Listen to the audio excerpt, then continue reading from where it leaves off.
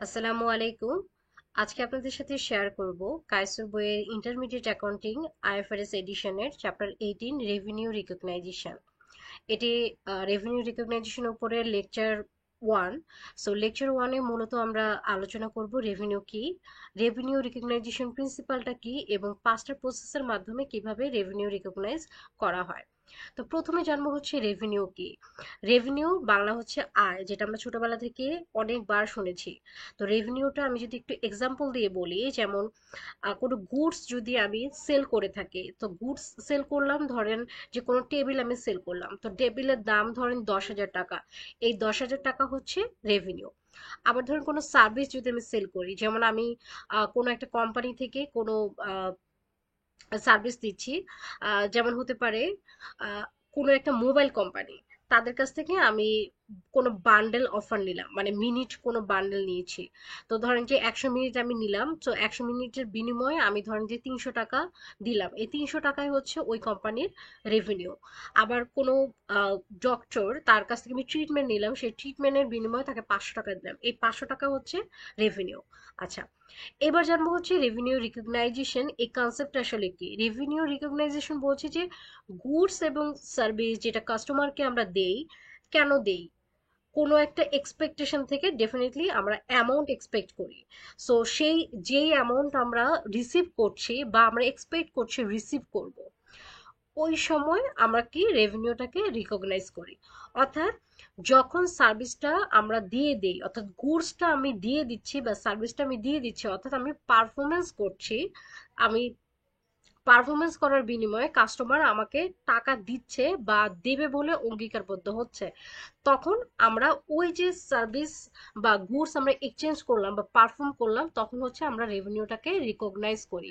অর্থাৎ আমরা আগেই জেনেছি যে আমার ক্যাশে টাকা রিসিভ করি, অথবা আমি এটা ধারে তাকে গুডস এবং সার্ভিসটা প্রোভাইড করি, যেটাই হোক না কেন, যখন আমি গুডস এবং সার্ভিসটা এক্সচেঞ্জ করেছি, অর্থাৎ আমি সার্ভিস পারফর্ম করেছি অথবা গুডস এক্সচেঞ্জ করেছি, ওই সময় আমি রেভিনিউটাকে রিকগনাইজ করব। নো ম্যাটার যে আমি ক্যাশ রিসিভ করলাম নাকি করলাম না, কারণ অনেক সময় ধারেও প্রোডাক্ট এবং সার্ভিস সেল করা হয়, আবার অনেক সময় নগদেও করা হয়। সো এখানে আমরা নগদে বা ধারে এই বিষয়টাকে কনসিডার না করে, শুধুমাত্র আমি যে কন্ট্যাক্টটা আমার কাস্টমারের সাথে করেছি, অর্থাৎ গুডস বা সার্ভিস এটা পারফর্ম করেছি কিনা, এই পারফরমেন্স যদি আমি করে থাকি, তখনই হচ্ছে আমি রেভিনিউটাকে রিকগনাইজ করব। আচ্ছা, এবার এই রেভিনিউ রিকগনাইজেশনের পাঁচটা প্রসেস রয়েছে। পাঁচটা প্রসেসের মধ্যে প্রথম যে প্রসেসটা, সেটা হচ্ছে identify the contact with the customer. প্রথমে বুঝবো আমরা কন্ট্যাক্টই। কন্ট্যাক্টটা হচ্ছে দুইজন ব্যক্তির মধ্যে একটা পারস্পরিক একটা রুলস রেগুলেশন বা কতগুলো রাইটস থাকবে, কতগুলো অব্লিগেশন থাকবে, যেখানে দুই পক্ষই তাদের সম্মতি প্রকাশ করবে, তখন এটাকে আমরা বলছি কন্ট্রাক্ট। তো কন্ট্রাক্টটা সেটা লিখিত হতে পারে, মৌখিকও হতে পারে। তো সেখানে কন্ট্রাক্ট বলতে কাস্টমারেরও কিছু রাইটস থাকে, কিছু অব্লিগেশন থাকে, ঠিক তেমনি সেলারও কিছু রাইটস থাকে, কিছু অব্লিগেশন থাকে। যেমন আহ, যিনি সেলার, তার কিছু রাইটস থাকে, যে সে টাকাটা যেভাবে বলেছে সে পাবে সেভাবে যেন পায়, বা কাস্টমার যে তারও কিছু রাইটস আছে, যে হচ্ছে সে যে প্রোডাক্টটা যে টাকার বিনিময়ে সে চেয়েছে, সে প্রোডাক্টটা যেভাবে চেয়েছে সেভাবে সে পাবে। আবার যিনি সেলার, তার কিছু অব্লিগেশন থাকে, যে যেভাবে বলেছে সেভাবে যেন সে দিতে পারে। আবার কাস্টমারও কিছু অব্লিগেশন আছে, যে সে যেন যে টাকার বিনিময়টা বলেছে সেই টাকার বিনিময়ে যেন সে দেয়।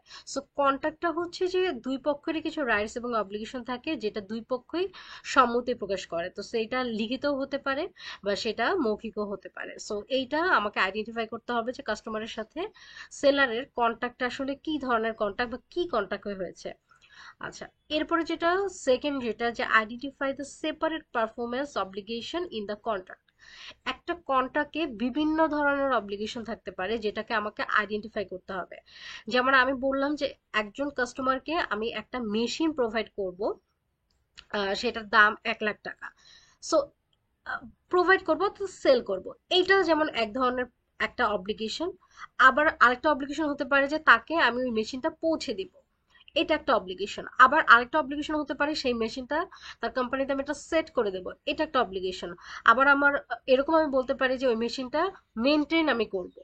সেটা এক ধরনের অব্লিগেশন। সো এইভাবে আইডেন্টিফাই করতে হবে যে কন্ট্রাক্টের মধ্যে যে কাস্টমার এবং সেলারের মধ্যে কি কি পারফরমেন্স সেলার করবে, সেটা নিয়ে তার আসলে কি কি অব্লিগেশন আছে, এইভাবে আমাকে সেপারেটলি আইডেন্টিফাই করতে হবে অব্লিগেশন গুলো। থার্ড যেটা, সেটা হচ্ছে ট্রানজেকশন প্রাইস। ট্রানজেকশন প্রাইসটা কি, যে যে গুডস বা সার্ভিসটা আমি কাস্টমারকে দিচ্ছি সেটা কত টাকার বিনিময়ে আমি দিচ্ছি। হ্যাঁ, তো যেমন আমি বলেছিলাম যে আমি একটা মেশিন সেল করছি কাস্টমারকে 1 লাখ টাকার বিনিময়ে, তাহলে এটা হচ্ছে ট্রানজেকশন প্রাইস, কারণ এই প্রাইসে কাস্টমার এবং সেলার দুজনই সম্মতি প্রকাশ করেছে। সো ফোর্থ নাম্বারে যেটা, সেটা হচ্ছে allocate the transaction price to the separate performance obligation.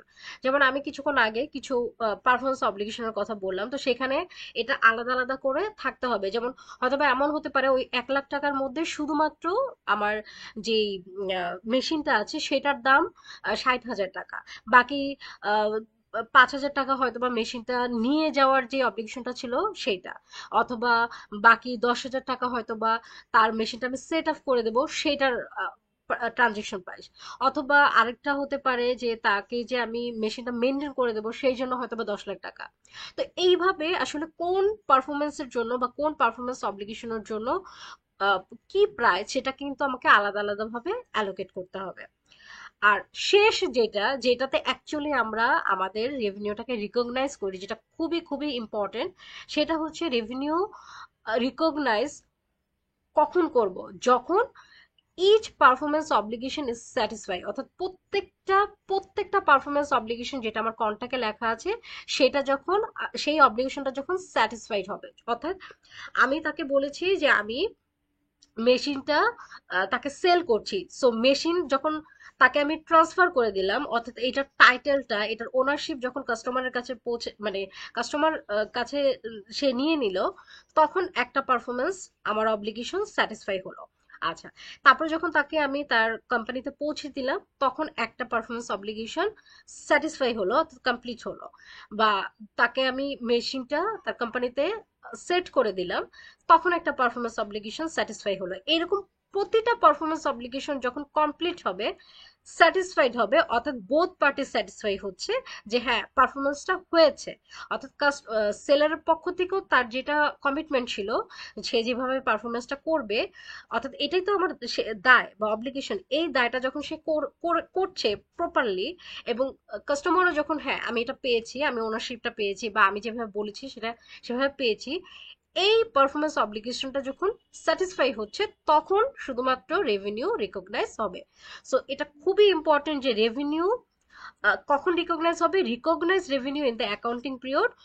একটা অ্যাকাউন্টিং পিরিয়ডে তখনই রেভিনিউ রিকগনাইজ হবে হয় যখন the performance obligation is satisfied, যখন পারফরমেন্স অব্লিগেশনটা, অর্থাৎ যেই অব্লিগেশনটা, যে পারফরমেন্স অব্লিগেশন বা যেই পারফরমেন্স অব্লিগেশন গুলো আমার কন্ট্রাক্টে লেখা ছিল, তখন এই কন্ট্রাক্ট অনুযায়ী যখন আমার অব্লিগেশন গুলো আমি ফুলফিল করে দিচ্ছি এবং সেটা বোথ পার্টি স্যাটিসফাই হয়ে যাচ্ছে, তখন আমি এটাকে বলছি যে রেভিনিউ আমি তখন রিকগনাইজ করব।